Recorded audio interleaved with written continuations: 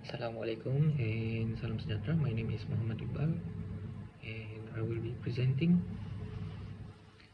about myocardial perfusion imaging, stress and rest.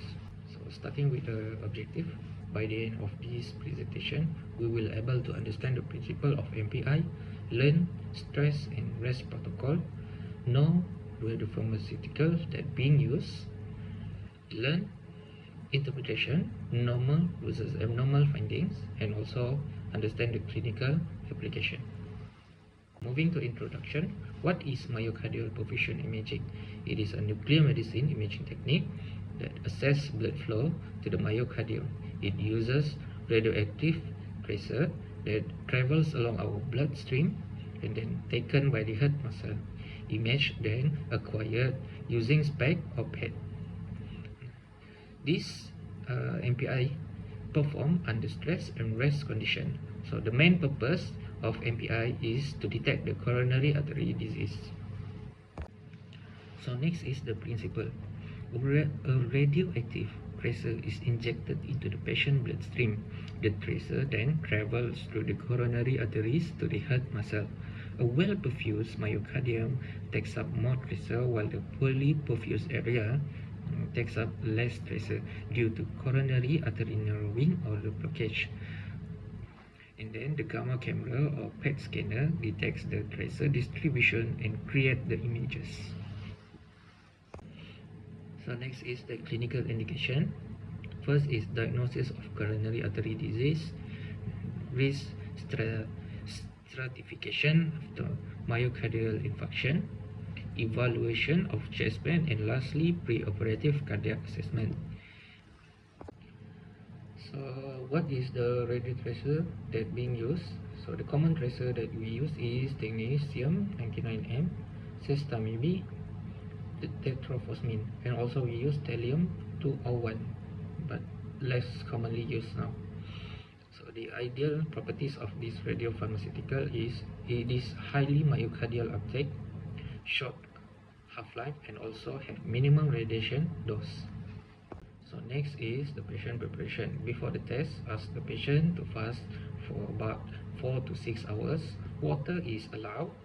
For medication, stop caffeine containing product for about 24 hours, such as coffee, tea, chocolate, cola, and energy drinks. Withhold certain cardiac medication if advised by a physician. For diabetic patient, medication adjustment may be required. Use a comfortable clothes and shoes for exercise stress, and also remove metal object from chest area.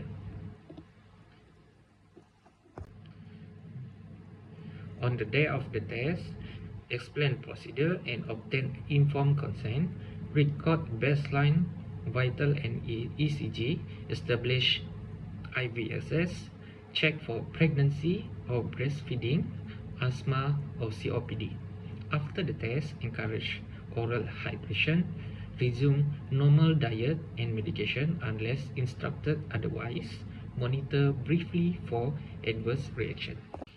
Stress testing in MPI. There are two types of stress. First is exercise stress and the second one is pharmacologic stress.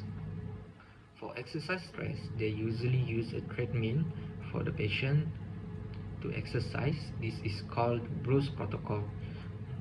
This method is used to increase the heart rate and oxygen demand. For pharmacologic stress, they use when the patient cannot exercise.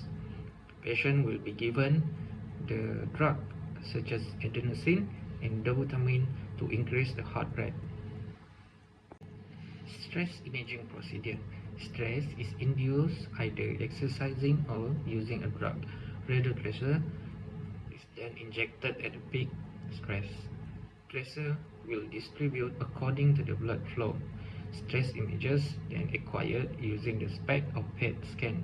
So the main purpose of the stress imaging is to unmask ischemia that may not be visible at rest. For rest imaging procedure, the radio tracer will be injected at rest. Imaging will be performed after the appropriate delay to allow the tracer uptake. So the image then used for comparison with stress images. So the stress and rest interpretation. So for normal uptake, normal pressure uptake, stress and rest are uniformly normal. For ischemia, the stress test will have the reduced intake in pressure, while for rest, it has normal uptake of pressure. For myocardial infarction, both stress and rest have a uniform or fixed reduced intake in pressure. So next is the image pattern interpretation. We will look after the normal and the abnormal PET scan.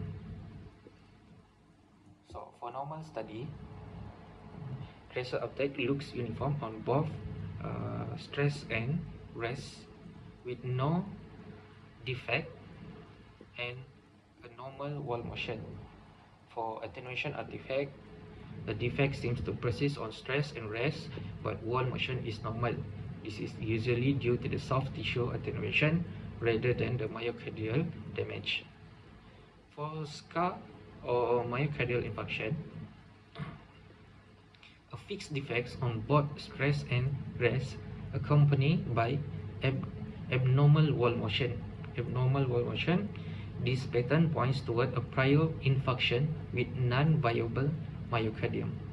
For ischemia, a defect appears during stress and improves or disappears at rest. This reversible pattern reflects a viable myocardium with inducible ischemia. Wall motion may not be normal at rest. Advantage of MPI. Myocardial perfusion imaging is a non-invasive, widely available test that provides functional and prognostic information with high sensitivity for detecting coronary artery disease.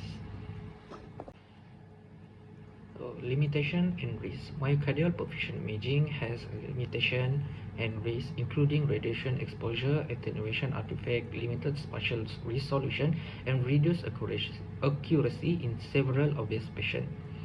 So, for radiation exposure, MPI uses radioactive tracer which expose the patient to a small dose of ionizing radiation. In attenuation artifact, soft tissue such as diaphragm or breast tissue can absorb photon and create false perfusion defect. So, for obese patient, the increased body tissue reduce image quality and can affect accurate interpretation. So that's all from me. Thank you.